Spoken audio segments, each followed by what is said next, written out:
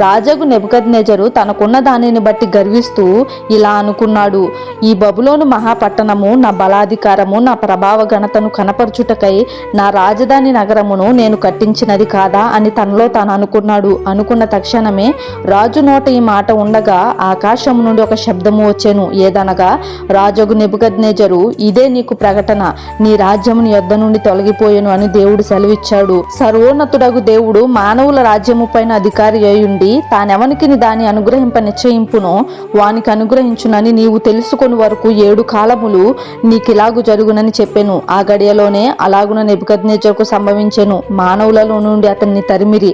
అతడు పశువుల వలె గడ్డి మేసెను. ఆకాశపు మంచు అతని దేహమును తడపగా అతని తల వెంట్రుకలు పక్షిరాజు రెక్కల ఈకల వంటివియు అతని గోళ్లు పక్షుల గోల వంటివి ఆయెను.